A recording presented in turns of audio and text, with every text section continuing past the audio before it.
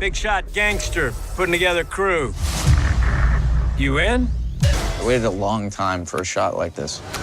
What are you doing with Harry and the boy? We need a ship. The Millennium Falcon. Every ship isn't for everyone. It needs a particular type of pilot. You done flirting?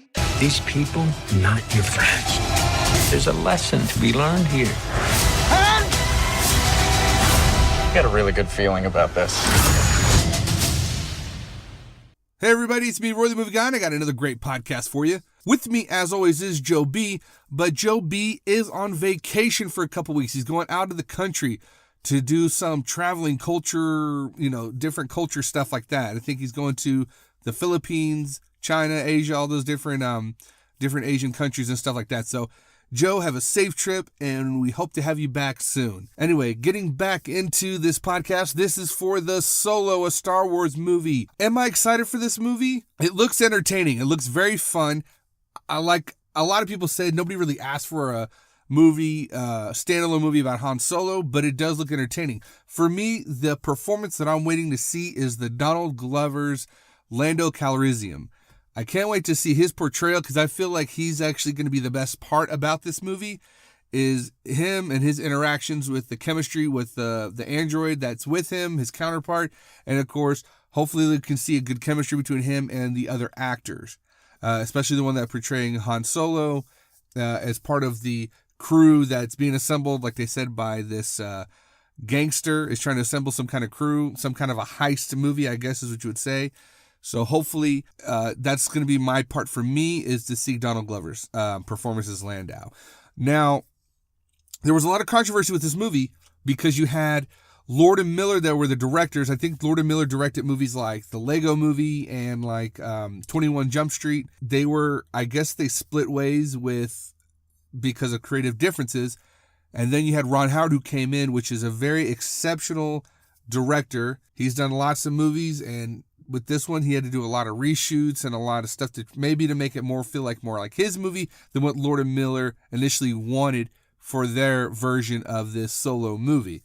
So it would be kind of cool whenever the movie comes out, they do some kind of I don't want to say like deleted scenes, but like a featurette on what the movie was going to be like if Lord and Miller had done it instead of what we're getting with the Ron Howard version of the movie. And then you got a lot of people saying, are they going to have the title crawl? Is it going to say Star Wars? And then it goes off. Or maybe they should have it do that, but have it say Star Wars, have it say a Star Wars story. Like when it comes up, a Star Wars story, and then it just fades off. Then it goes Solo, and then it does a little caption, stuff like that. Or maybe it'll be more like Rogue One. It'll separate itself because it's not part of the episodic 1, 2, 3, 4, 5, 6, 7, 8.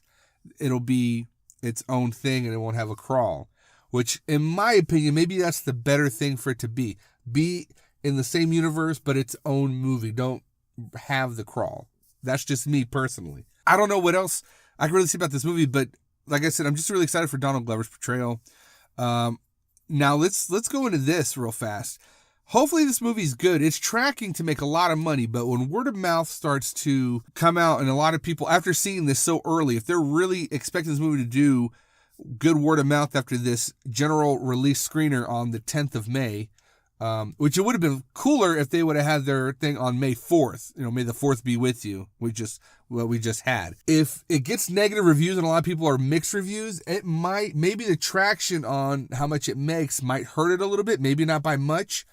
But once the movie comes out, hopefully it's really good, because if it's not, maybe it'll make them reassess if they should do any more standalone movies or standalone movies that actually count for what people want to see. Or maybe Kathleen Kennedy, the people at Lucasfilm, should do like some kind of a poll. Like a poll, like which ones did you rather see? Would you rather see a Boba Fett standalone movie or a Yoda or Obi-Wan Kenobi, or just a completely brand new character? You know what I mean? Or even you can't do a Darth Vader one because he's already, you know the story already for him. I mean, unless they made a movie where it was like some kind of a side mission of Darth Vader where it was like a very action heavy and him using that lightsaber and just force choking people and throwing people all over the place. Kind of like that one piece of scene that we got from Rogue One, which was so fantastic. That whole scene was fantastic. If they did a Darth Vader movie and had an action side story where he was like with the Force Unleashed or something like that, but, do something like that. I think that'd be kind of cool. But if this movie is not good, maybe it might hurt the franchise of them doing a lot more of these standalone movies.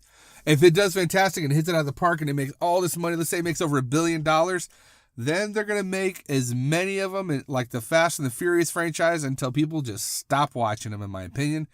Because as much as people love Star Wars, it could happen where you oversaturate the market with too much Star Wars. You know what I mean?